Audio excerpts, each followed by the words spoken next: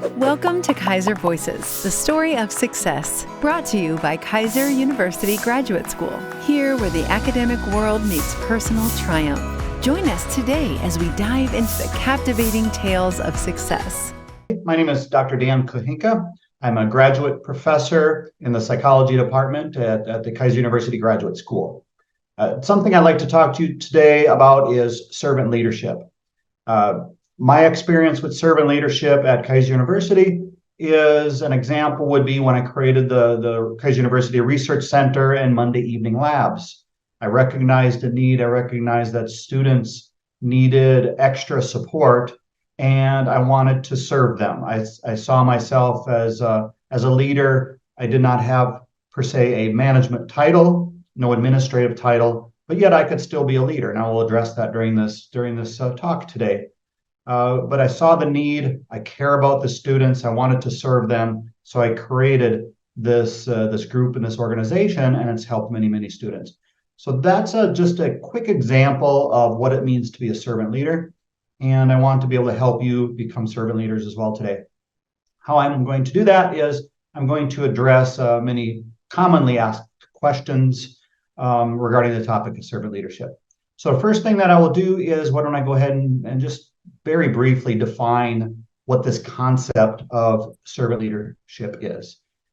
Many times managers will think, and we'll focus on managers for now, many times managers will think that they are the boss.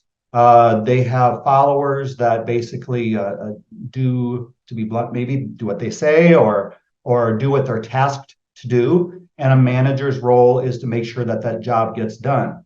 And to some degree, those followers are there for the manager. However, servant leadership is exactly the opposite. It would be the manager is there to serve the followers. The manager is there to provide support, to help, to care about those followers, so that way that that manager can perhaps influence the followers better than imposing power on them. And I'll address that in greater detail in a moment. Examples of servant leaders. You have many examples throughout history. The concept is not new. It goes back to Chinese literature that is 3,000 plus years old. It goes back to Jewish literature and Christian literature that is also 2,000, 3,000, 4,000 years old. The concept of servant leadership is ancient, and it has been the source of the success of many great leaders, including Jesus of Nazareth, Mother Teresa. Again, there's just many other leaders across the world that have been very successful by serving others. Some related concepts to servant leadership that I believe are very important for you to understand include this difference between manager and leader that I already briefly mentioned. A manager is someone that has a title. The title is given to them, or you could say it's earned, but someone has to give them that title. A manager is more about imposing power on others and telling people what to do to some degree, creating schedules, all of these things. This is management stuff. Leadership, on the other hand, is something very different. Leadership is when you go above and beyond that regular role, let's say as a manager, and you are truly caring about your employees. You recognize perhaps personal work-life balance challenges with your employees. So you create a program where there's flexible scheduling, and your team can benefit from that, and you empower them. That is leadership. Something else important about this concept is because management is something that is that you earn, but it's given to you, and there's only so many management positions across an organization. It's important to understand that anyone can be a leader. This can go to the youngest of kids and your children, who, as for example, a 7-year-old may see another 7-year-old on the playground doesn't have some lunch, so they give them half of a sandwich. That's leadership. That's servant leadership. That's caring about others. And that's the great thing about leadership, is that anyone can be a leader. You don't have to have anyone give that to you. You can take charge of yourself, and you can exhibit leadership characteristics and be a leader. which leads us to the next concept that's important to understand is this difference between power and influence. A manager has power. The CEO of a company has power. A president has power. They have the ability to give and take jobs, give and take promotions and raises and so on. However, there's only so much power to go around. Meaning, if you look at, let's say, the president of a company has 8 pieces of power. Well, if they were to promote someone and give some of their responsibilities away as a president, now they may have 7 pieces of power or 6. They're going to have less power because they have to give that to someone else. Now, on the other hand, leadership is not about power, but it's about influence. And what's amazing about that is you not just start with so much influence, but it expands. So instead, when you promote someone and you give them some of your responsibilities, you're not worried about giving away power. Instead, what you benefit from is expanding your influence. And then when that individual in turn is has followers of their own, and they're discussing how great of a manager you are, or great of a president you are, your influence continues to grow and grow. Or if you do not have a title, you're just but you're an individual within your community that is giving and caring and constantly volunteering. What ends up happening is you may not have any power, but your influence continues to grow and expand. Finally, servant leadership. It's about principle, character, integrity. These concepts are very important, and it's important for you to understand them because principles, you could say that's your values. Integrity is when you recognize those values. However, servant leadership is about those concepts, but also character, doing something, taking action. That is character, and as well as doing things when others are not looking and others do not even learn about what you've done. An example that may be where you donate to a charity, an anonymous donation that helps them become more successful with the group that they're helping. That's exhibiting character. That's exhibiting servant leadership characteristics. A common question that I get asked is, what qualities do you believe an effective servant leader must possess? Well, at the core of servant leadership, of course, is serving others. But there's more to that. How do you truly serve others? Well, to do that, you need to have a foundation of core values and behaviors that you exhibit. So, for example, to be selfless. To be a servant leader means that you exhibit selfless behavior. You're focused more on others than yourself. And to do that, you need to be, for instance, honest. You need to be transparent.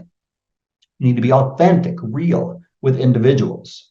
It's those characteristics, those behaviors that make up the servant leader. There are other characteristics as well, as I mentioned, some of them already: character, integrity, but also ethical behavior, moral behavior. These leadership characteristics are so important to servant leadership, but if you consider the other leadership styles, they're important to most any leadership style that you could think of. Without these behaviors of the servant leader as a foundation, then arguably you could not be an effective leader. Now, perhaps you could be a tyrannical leader, perhaps you could be charismatic, but when it comes down to working with individuals and being able to truly create a long-lasting influence on people and what you're trying to accomplish, servant leadership characteristics are necessary. Another question that I get asked is, how can a traditional leader start transitioning towards a more servant leadership style? 2 ways. And I discussed this actually in a book I wrote about servant leadership 2.0, where I worked very hard at creating a program that would truly help individuals change their behaviors. Because many times if you want to change behaviors, you may read a self-help book or watch some videos or something, and they're more about getting you excited and trying to motivate you at the short term, yet they're not so much about changing behavior. So a program that I put together is that you would begin to learn about behaviors that need to be practiced, again, maybe to be selfless, and then over a period of time, practice those behaviors, reflect on them, figure out what you could have done better, move on to new behaviors, and so on and so forth, and then circle back around and do it again. And that's how you become a servant leader. It just one very simple characteristic to help you better understand what I'm talking about would be, for instance, forgiveness. Psychologically, even physiologically, forgiveness is extremely important. A manager does not necessarily have to forgive followers. A manager, if someone makes a mistake, they tell them what needs to be done, they discipline them, whatever it may be, but they don't necessarily have to forgive. Yet consider this, if a manager is a true leader, then they will forgive individuals for doing things. And maybe the individual was intentionally late for work and lied about it or something like that. Well, if a manager doesn't forgive them, then they may, at some point, they may hold some animosity towards the individual, even though they change or they just made one mistake. Now here's a better example for forgiveness. So outside of this realm of being a manager again, if you're an individual that wants to lead within your community, and you truly want to be a servant leader and help others, then by failing to forgive, once again, you will not just perhaps hold animosity for others, but you may develop a bias for individuals. You may focus on being unfair because you treat other individuals differently and provide them with more opportunities than other individuals that may have somehow harmed you or you thought harmed you. So there again, that is why forgiveness is so key. And there's been books written on the importance of forgiveness. Yet that is only one of these behaviors that needs to be developed and practiced. So that's why there are other behaviors like, again, being transparent, authentic, honest, that need to be practiced over time, changed, developed. And truly being a great servant leader could be a lifetime of effort. We're all human, we make mistakes. So therefore, we continue to strive to improve these foundational values. Another question that's asked of me is, in your opinion, what are the biggest challenges facing servant leaders in today's business world? One of the most significant challenges that I have seen is in the West is a decline in moral and ethical behavior. For example, you could look many times short-term gains within organizations are what the focus is. Many times, perhaps while being legal, stressing things that perhaps might be considered as unethical to make short-term gains. There are many, for instance, I used to be a sales manager, and as a sales manager, I was able to experience methods used by other people in similar positions.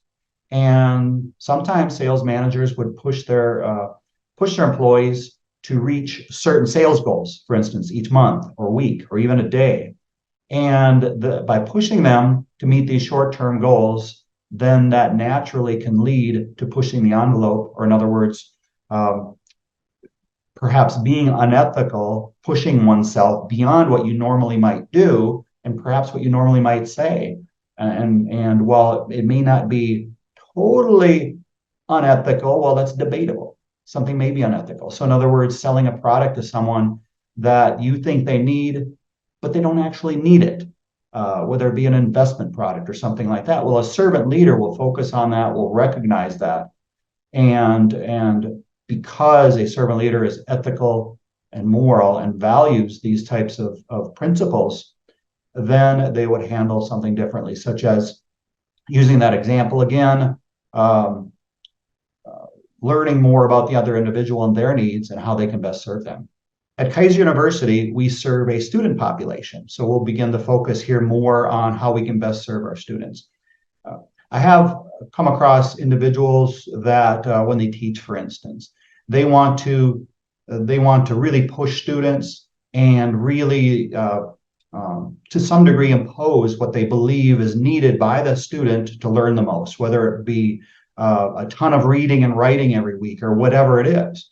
And that may be fine, and it may help the student learn. However, what is a good practice of the servant leader is getting to know students more, because students do learn differently. And one technique is this is in the andragogy and the pedagogy, the education literature, that people have different learning styles to some degree.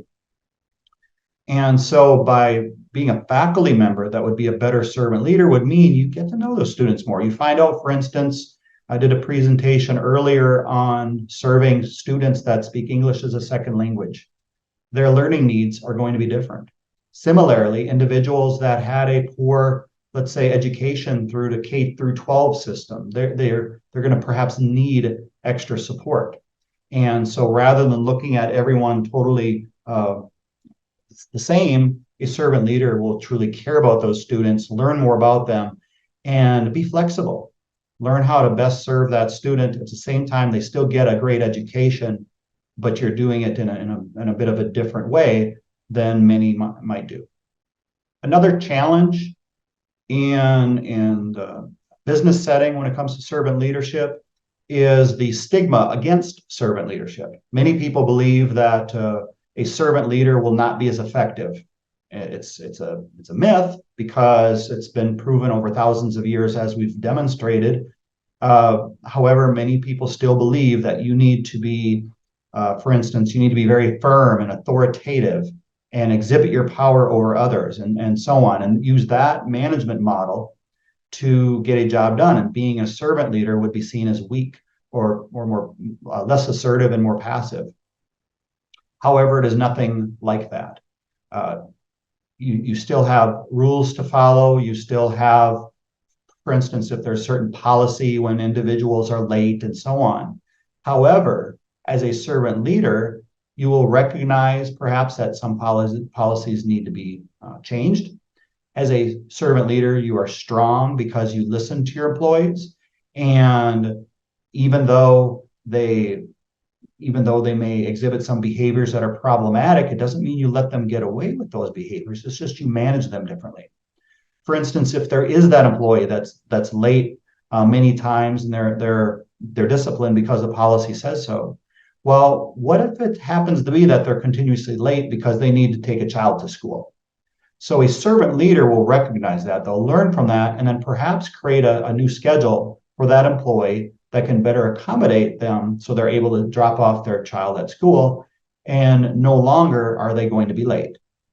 That's the servant leader approach. And that is not seen as weak.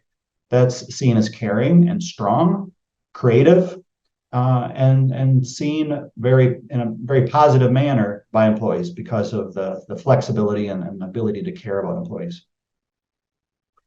Another question that I'm commonly asked is, how do you think organizations benefit from adopting a servant leadership approach?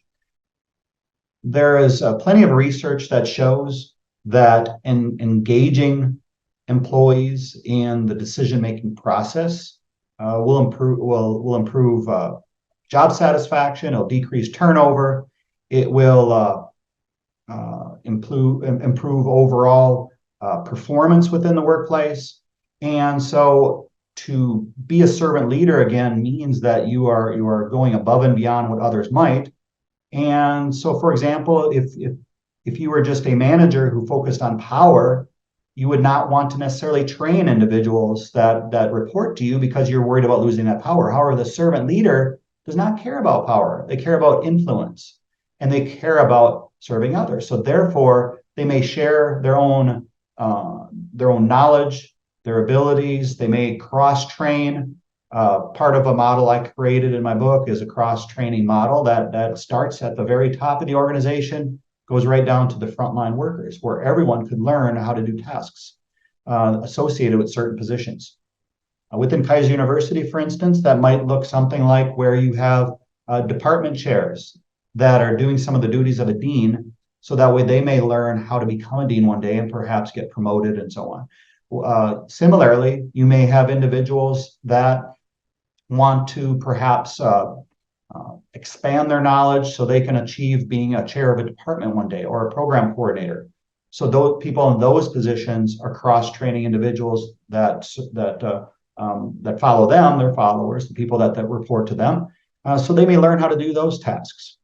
It may even be that policy within an organization would be, this is very popular at many universities, where you have individuals serve in some of these roles in a certain amount of time, and then another faculty member takes over in the role. So that way, other individuals are constantly growing, the organization's improving, and so on. So these are different models that may not always work. There may be rules and regulations and so forth that present it, but to some degree, some of these things can work within most any organization.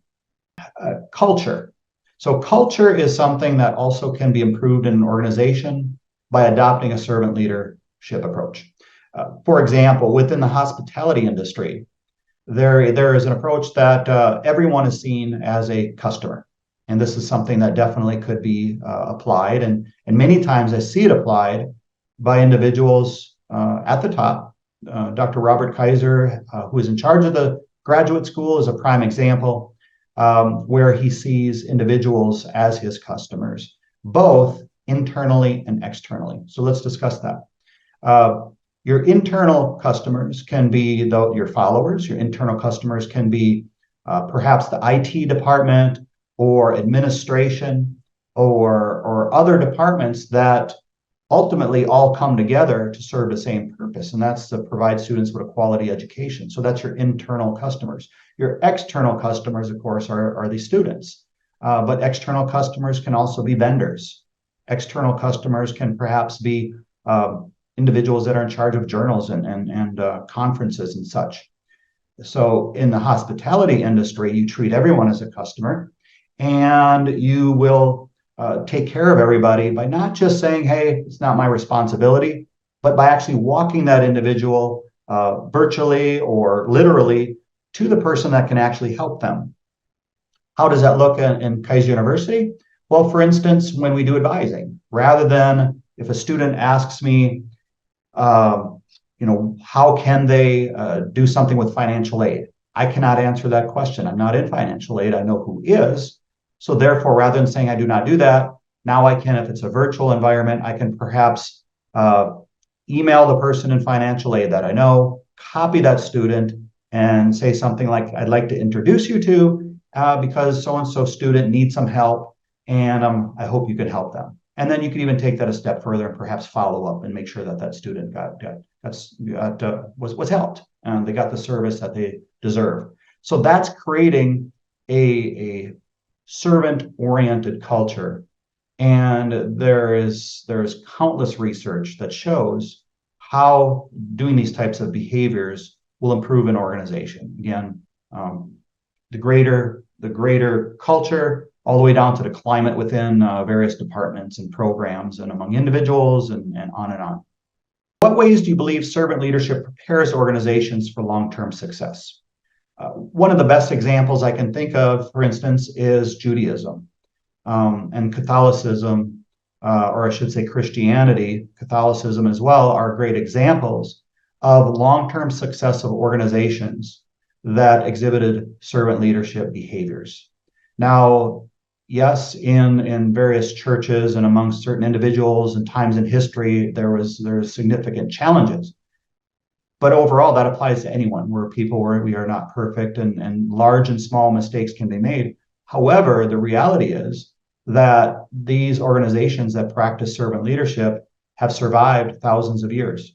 The Jewish people is one of the best examples, or the best example I can possibly think of. Part of that religion is serving others, educating oneself so you can better help individuals, so on and so forth, and that has kept that people together for 45, almost 5,000 years. Within more modern organizations, more contemporary organizations, a good example to look at would be Toyota.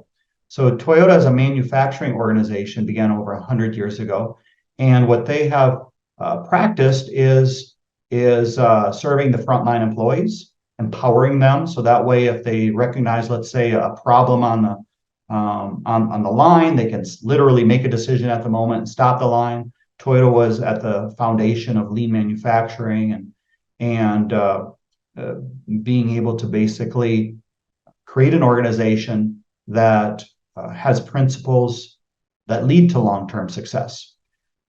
When Toyota first came to America, for instance, American car manufacturers focus on the short term. right, early on, quarterly numbers, quarterly sales, and so on, whereas Toyota focused on the long term. And as a result, they have thrived. They focus on managers at all levels being able to interact and learn from frontline employees, being able to create policies and things that'll support them, including during the pandemic, for instance. Toyota was an organization that did their best to maintain employment of employees because they knew it was a short-term problem. If they lost some money in the short term, then that was acceptable because they're a long-term oriented organization. And as a result, then they would keep their best employees and keep the individuals, and in the long term, ultimately benefit from that. So there are a couple very different examples of how servant leadership can impact an organization and let them experience long-term success. And finally, so what resources or practices would I recommend for those wanting to delve deeper into servant leadership and become a better servant leader? Again, there's been many different books written on this. One of the reasons why I created the Servant Leadership 2.0 book is because I did not recognize where some of the books and other resources out there truly would change behavior. And so one of the first things I recommend is just simply get on the internet and begin to educate yourself on this concept of servant leadership. If you're skeptical of some of the things I've said, if you don't believe some of them, that's fine. I encourage you to seek out these claims that I've made today and explore them for yourself, and you will find that this concept of servant leadership is sound. It's, you could say, proven or supported scientifically over and over again, and the individual behaviors and core values that are at the foundation and what's made up to be servant leadership is truly something that is needed for any leadership style. So thank you very much today. I hope you learned a lot about servant leadership. Perhaps some of you are encouraged now to become better servant leaders yourself. And I do encourage you anytime to reach out to me, and I'm very happy to help you become a better servant leader. Thank you. Thank you for journeying with us today on Keiser Voices, the story of success. As we close this chapter, remember, every story has its next page.